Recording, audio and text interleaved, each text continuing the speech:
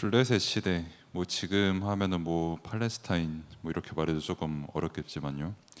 아무튼 한나 그리고 사무엘, 뭐 이세, 다윗, 이때 시대를 뭐 편의상 블레셋 시대라고 합니다. 왜냐하면은 이스라엘은 똑같이 있었는데, 뭐 예를 들어서 모세가 있었을 때, 요셉이 있었을 때, 그때 엄청 강대국, 그리고 이스라엘의 적이 있었다라고 하면 그때는 애굽이었고, 지금 뭐 이세도 그렇고 뭐 후에 볼 다윗도 그렇고 사무엘도 마찬가지로 이 이스라엘의 가장 큰 적이 어디였냐라고 했을 때 블레셋 시대였죠. 그리고 하나님께서 이 블레셋을 적으로 이렇게 삼았던 이스라엘에게 하나님께서 역사하시는 것을 보여주시고 또 말씀을 주시고 했던 그 시대를 이제 블레셋 시대다, 이렇게 우리는 말을 합니다. 그래서 강단 말씀을 함께 보면서 또 블레셋 시대를 보면은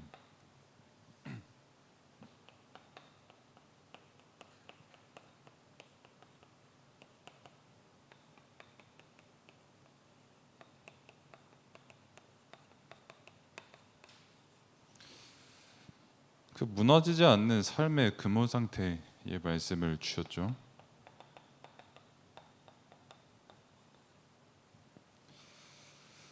뭐 근본은 뭐 말 그대로 어떤 바탕이 되는 것을 뜻합니다. 뭐 예를 들면은 뭐 우리가 잘 아는 다윗과 골리앗 이야기처럼, 당시 이제 다윗이 이제 골리앗과 싸우겠다 하고 나왔던 그 장면을 여러분들이 여러 번 들었을 겁니다. 말씀을 통해서.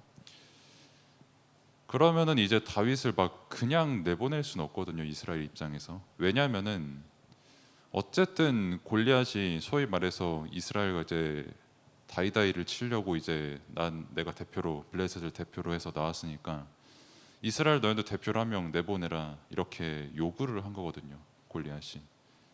그 말은 이스라엘에서 내보내는 그 사람은 이스라엘을 대표하는 사람이 되는 겁니다. 그래서 그 이스라엘을 지도하던 왕이 먼저 얘는 이스라엘을 대표할 사람이 맞구나 확인을 하고 내보내야 되는 거거든요. 근데 이제 그때 다윗이 딱 튀어나온 거죠.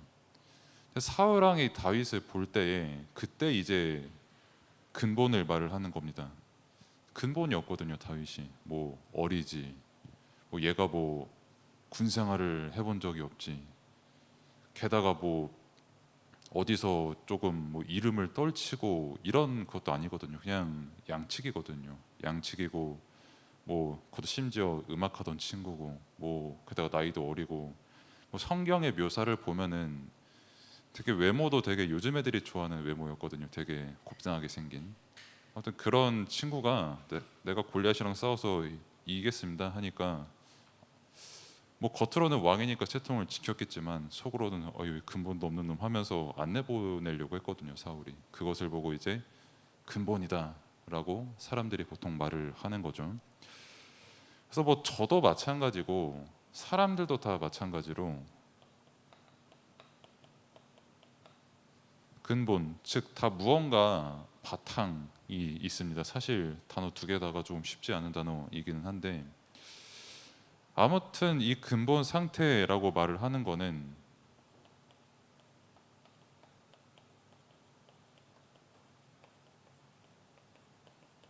그 원래 나의 상태를 뜻하는 것이 되는 거죠. 그러니까 무너지지 않으려면은, 즉 원래 나의 모습, 내 상태가 무너지지 않으려면은 힘이 있어야 됩니다. 그 옛날에 이제 그 남자들은 그런 로망이 조금 있거든요. 그 언젠가는 내가 아버지랑 팔씨름해서 이기겠다라는 그 소망을 품고 살거든요. 실제로 제가 한 15살쯤에 해서 한 번 이겼어요. 근데 저는 사실 그 아버지가 져준 거거든요. 얘가 하도 용신이가 귀찮아가지고. 근데 저는 그것도 모르고 이겨놓고 굉장히 막 슬퍼하고, 아버지가 벌써 이렇게 연약해지셨구나 하면서 혼자 슬퍼했는데 사실 져준 거거든요. 제 생각에는 또 왼팔잡이시다 보니까 지금도 왼팔라면 제가 질 것 같아요, 아마. 워낙에 팔뚝이 저보다 굵으셔가지고. 뭐 아무튼 무너지지 않으려면 상대방보다 힘이 있으면 됩니다. 그리고 무너지지 않으려면은 그만큼 내가 바탕이 확실하면은 무너질 수가 없는 거예요. 근데 사람들이 지금 무너지지 않고 있냐라고 했을 때 무너지고 있거든요. 일단 우리나라 무너지고 있죠. 뭐 대표적으로 출산율 이런 거 봐도 이미 무너지고 있고요. 그러면 세계는 안 무너지고 있냐라고 했을 때 전쟁 뭐 재앙 뭐 당장에 지난주에도 뭐 미국이면은 초강대국 최고 국가잖아요. 근데 그 국가에서 지도자가 되려고 하는 사람조차 죽을 뻔했어요. 당장 지난주에 총 맞아가지고. 그러니까 안 무너지고 싶어도 계속해서 나를 무너뜨리는 무언가는 계속해서 있고, 뭐 이거를 보고 이제 문제다라고 하는데, 끊임없이 있는 문제 속에서 사람들이 결국 무너질 수밖에 없고 내 근본도 무너질 수밖에 없는 거거든요. 그러면은 이 문제 가득한 세상 속에서 내가 어떻게 무너지지 않을 수 있냐라고 했을 때 성경이 말하는 근본을 우리가 알면 됩니다. 그러니까 뭐 사람들은 뭐 근본이 뭐냐라고 했을 때 그냥 뭐 사람의 바탕이다, 뭐 삶의 바탕이다라고 하지만 성경은 근본이라는 것을 두고 분명하게 말하거든요.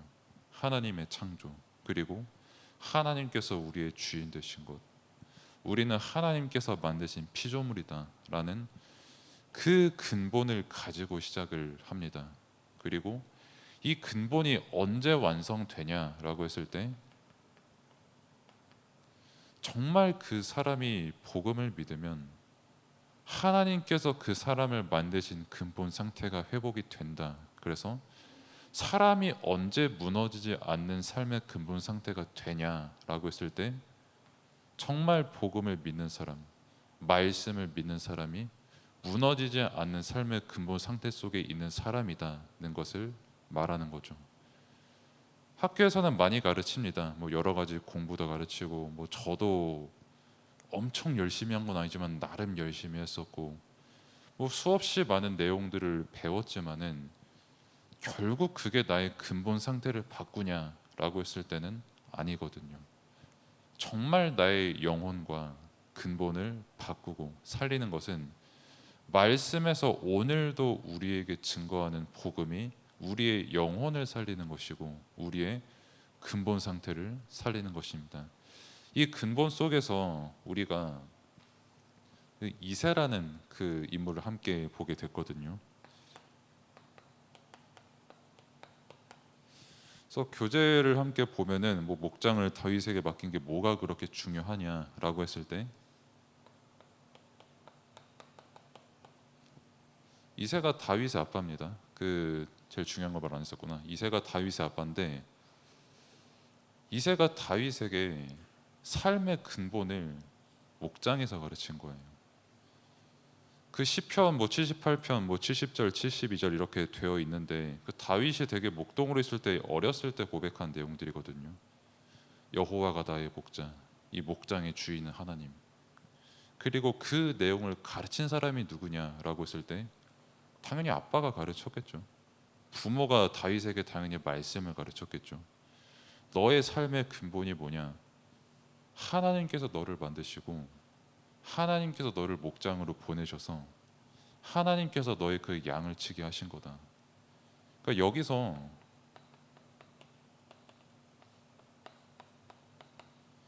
지금으로 말하면 여러분들에게 학교의 역할을 그대로 한 겁니다. 뭐 아까도 말씀을 드렸지만은 뭐 그냥 목장이 뭐 요즘 목장하면 뭐 끼케야 뭐 대관령 생각하잖아요. 대관령 가서 양들 뭐 저희를 이리저리 몰라다니는 거 구경하다가 뭐 내려가 가지고 8,000원짜리 우유 한 잔 마시고 그냥 집에 오는 건데 이때 당시의 목장은 재산이었어요.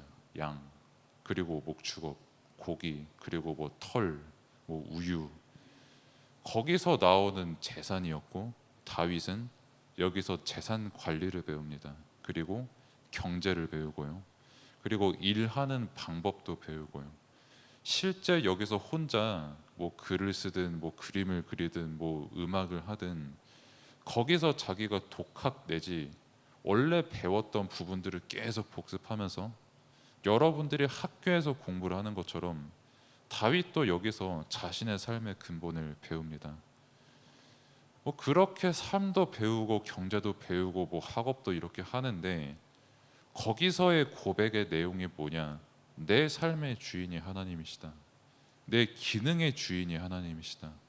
이 목장의 주인도 하나님이고 내가 사업을 잘하고 일을 잘해서 이 목장이 내 거야 이게 아니라 하나님께서 내게 주신 목장이니까 당연히 나는 거기에 쓰임을 받고 최선을 다하는 거예요. 다윗은 거기서 이제 삶의 근본을 배운 것이고, 그리고 하나님의 뜻을 발견한 부모, 이렇게 나와 있거든요. 그 오늘 읽었던 본문인데 뭐 보시면 아시겠지만 다윗의 형들이 다 잘생겼나 봐요. 그 피지컬도 되게 좋고, 사무엘도 그렇고 그 이세 다윗의 아빠도 그 아들들을 봤을 때 이 피지컬 좋은 놈들 중에 좀 잘생긴 놈들 중에 왕이 하나 나오지 않겠나 뭐 이렇게 생각을 했겠죠. 근데 하나님께서는 이 목장에 있던 목동으로 있던 다윗을 선택한 거거든요. 그러니까 우리도 이걸 보면서 느껴야 되는 거는, 아 제가 뭐 조금 잘생겼다, 뭐 못생겼다, 뭐 이 공부를 잘한다, 저 공부를 잘한다 라고 그 부모가 생각할 수 있지만 하나님의 뜻이 그것과 반드시 일치하지는 않습니다. 사람의 기준으로 보면 다윗은 절대 왕할 수 없는 근본도 없는 놈이거든요. 사실 골리앗이랑 싸우면 안 되는 놈이에요. 근데 그 근본도 없는 놈이었는데 하나님께서는 다윗이 가지고 있는 중심과 그 말씀의 내용을 그 무엇보다 하나님의 일을 이루실 근본으로 삼으신 것이죠. 그래서 진짜 부모가 할 역할은 뭐냐? 하나님의 뜻이 정말 지금 여러분들에게 있다는 거. 저도 마찬가지로 제가 여러분을 보고 할 기도와 생각이 뭐냐? 하나님께서 여러분들을 부르시고 예배드리게 하시고 이 말씀으로 여러분들의 근본이 되게 하시는 이 일입니다. 그 이상 뭐 제가 더 생각할 것도 없고, 뭐 여러분들이 지금 뭐 어디 학교 다닌다, 뭐 이렇게 저렇게 생겼다, 상관없이 하나님의 뜻은 이루어지거든요. 단지 저는 그 일을 계속 말씀을 통해 선포하고 기도로서 여러분들이 더 깨달을 수 있도록 은혜를 강구하는 것뿐이죠. 저는. 그리고 교사님들은 이 부분을 실제로 삶과 함께 여러분들에게 알려주는 것이고요.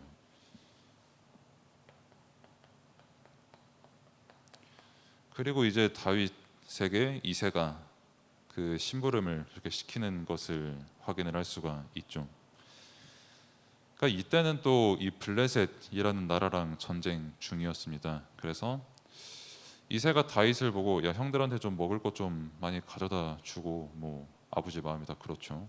이렇게 먹을 거를 가져다 주고 걔네가 조금 잘 지내고 있는지 뭐 증표를 받아라. 뭐 어떤 사람은 뭐 편지라고 하는 사람도 있고, 어떤 사람은 뭐 다윗 형들이 뭐 글을 잘 못 썼을 수도 있으니까 뭐 증표다라고 뭐 하기도 한데 그건 뭐 그런 큰 상관이 없고요. 아무튼 안부가 궁금한 거죠. 얘네가 진짜 잘 지내고 있는지.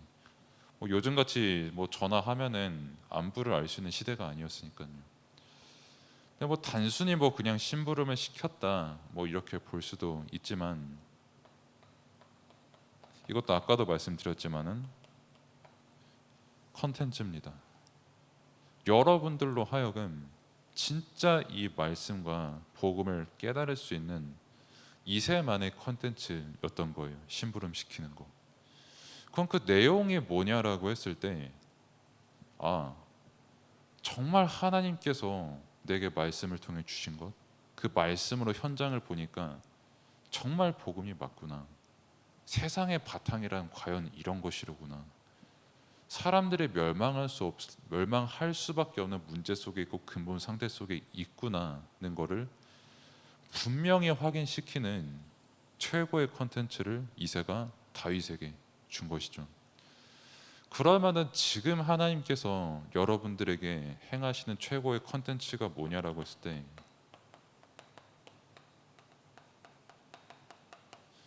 일단 예배입니다. 예배를 통해서 여러분들로 하여금 말씀을 깨닫게 하는 거고요. 그리고 여러분들의 교사님과 하여금 삶을 공유하는 것이죠. 삶을 통해서 하나님께서 진짜 이렇게 살아서 우리 교사님과 이렇게 함께 하셨구나. 그러면은 내가 다니고 있는 학교가 있고 내가 하는 공부가 있는데 하나님께서 이 부분에 대한 답을 어떻게 주실까라고 하는 실제 삶을 통해 전달되는 그 컨텐츠들, 뭐 그림이 될 수도 있고 노래가 될 수도 있고, 컨텐츠는 사실 수없이 많습니다. 근데 중요한 거는 이새가 다윗에게 남긴 작품이 있었고 심부름, 그리고 다윗이 왕이 된다라는 그 컨텐츠도 있었고, 뭐 저마다 나름대로의 컨텐츠가 있고 삶이 있고 내용이 있었거든요. 그러니까 중요한 거는 여러분들도 이 내용이 있다라는 거죠. 그러니까 이거를 그러면은 어디서 어떻게 발견할 수 있냐라고 했을 때, 예배의 자리에서 말씀을 깨달을 때 발견해 나가기 시작하게 되는 겁니다. 그래서 말씀을 통해 여러분 자신이 누구인지 확인이 되고, 여러분의 근본이 확인이 되고, 여러분들만이 가지고 있는 하나님께서 주신 컨텐츠가 무엇인지 발견되는 날이 되기를 바랍니다. 기도하겠습니다. 하나님 감사합니다. 오늘도 우리에게 말씀을 주시고 또 말씀을 통하여서 우리의 근본을 깨닫게 하심에 감사드립니다. 우리의 모든 삶을 하나님께서 허락하셨는데, 우리의 삶을 통해서 하나님께서 살아계심과 또 성령께서 지금 이 시간 역사하시는, 그리고 말씀이 실제로 성취가 된다라는 그 사실을 더욱더 깊이 깨달아는 시간표로 인도받을 수 있도록 하나님께서 은혜를 베풀어 주옵소서.